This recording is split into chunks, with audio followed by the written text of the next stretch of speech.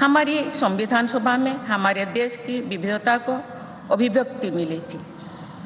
संविधान सभा में सभी प्रांतों और क्षेत्र के प्रतिनिधियों की उपस्थिति से अखिल भारतीय चेतना को शोर मिला था। संविधान सभा के वाद विवाद तथा सदस्यों के संबोधनों में हमें संविधान निर्माण की प्रक्रिया के साथ साथ अपने देश के बारे में गहरी जानकारी प्राप्त होती है। आज जिन पुस्तकों का विमोचन किया गया तथा जो शॉर्ट फिल्म्स दिखाई गई, उनमें लोगों को हमारे संविधान निर्माण के गौरवशाली इतिहास का परिचय प्राप्त होगा।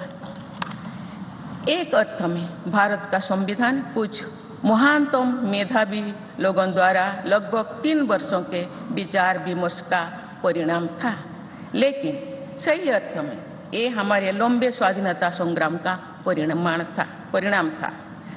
उस अतुलनीय राष्ट्रीय आंदोलन के आदर्शों को संविधान में अत्यंत महत्वपूर्ण स्थान दिया गया।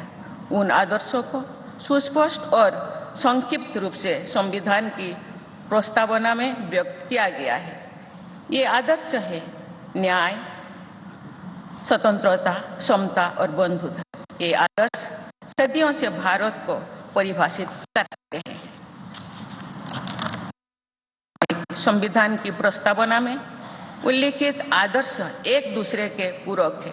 समग्र रूप से ये सभी आदर्श ऐसा वातावरण उपलब्ध कराते हैं जिसमें हम नागरिक को फूलते फलते समाज में योगदान देने तथा साथी नागरिकों की मदद करने का अवसर मिलता है। माननीय संसदगण, संविधान की भावना के अनुसार कार्यपालिका, विधायिका और न्यायपालिका का ये दायित्व है कि वे सामान्य लोगों के जीवन को सुगम बनाने के लिए मिलजुल कर काम करें।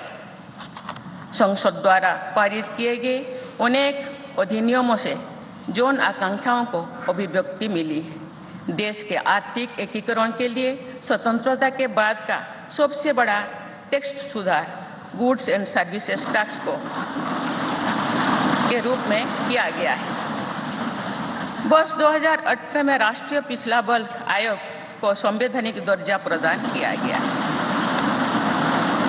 वुमेन लेड डेवलपमेंट की सोच को यथार्थ रूप देना सामाजिक न्याय के संवैधानिक आदर्शों को प्राप्त करने के लिए अनिवार्य है। नारी शक्ति बंधन अधिनियम द्वारा हमारे लोकतंत्र में महिला सशक्तिकरण के एक नए युग की शुरुआत की गई है। दंड के स्थान पर न्याय तथा अपराध के स्थान पर सुरक्षा की भावना पर आधारित भारतीय न्याय संहिता, भारतीय नागरिक सुरक्षा संहिता और भारतीय साक्ष्य अधिनियम को पारित करके सांसदों ने आधुनिक सोच को अपनाने का प्रभावशाली परिचय दिया है।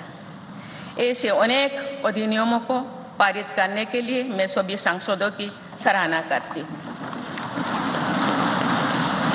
पिछले कुछ वर्षों के दौरान सरकार ने समाज के सभी वर्गों, विशेषकर कमजोर वर्गों के लोगों के विकास के लिए अनेक कदम उठाए हैं। ऐसे निर्णयों से लोगों का जीवन बेहतर हुआ है तथा उन्हें प्रगति के नए अवसर मिल रहे हैं। गरीब लोगों का अपना पक्का घर मिल रहा है, बिजली, पानी, सड़क की सुविधा मिल रही है, खाद्य सुरक्षा और चिकित्सा सेवाएं मिल रही है। देश में बड़े पैमाने पर विश्व स्तर का इंफ्रास्ट्रक्चर बनाया जा रहा है। समग्र और समावेशी विकास के ऐसे अनेक प्रयास हमारे संवैधानिक आदर्शों को आगे बढ़ाते हैं। इस प्रयासों के लिए मैं सरकार की सराहना करती हूँ। उच्चतम न्यायालय के प्रयासों से देश की न्यायपालिका हमारे न्याय प्रणाली को और अधिक प्रभावी बनाने के लिए अनेक प्रयास कर रही है। न्यायपालिका विचाराधीन कैदियों को और जेल सुधार के विषयों पर भी कार्यरत है। हमारे देश में मूलभूत अधिकारों का दायरा समय के साथ विस्तृत होता रहा है। अपेक्षाकृत कम साधन संपन्न लोगों को कानूनी सहायता प्रदान करने के संवैधानिक निर्देश प्रति जागरूकता और सक्रियता बढ़ रही है।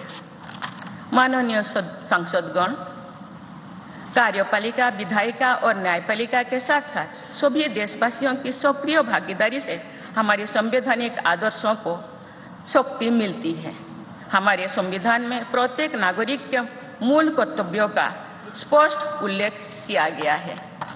भारत की एकता और अखंडता की रक्षा करना, समाज में समरसता की भावना का निर्माण करना, महिलाओं के सम्मान को सुनिश्चित करना, पर्यावरण की रक्षा करना, वैज्ञानिक दृष्टिकोण को अपनाना, सार्वजनिक संपत्ति की सुरक्षा करना तथा राष्ट्र को उपलब्धियों की नई ऊंचाई तक ले जाना नागरिकों के मूल कर्तव्यों में शामिल है।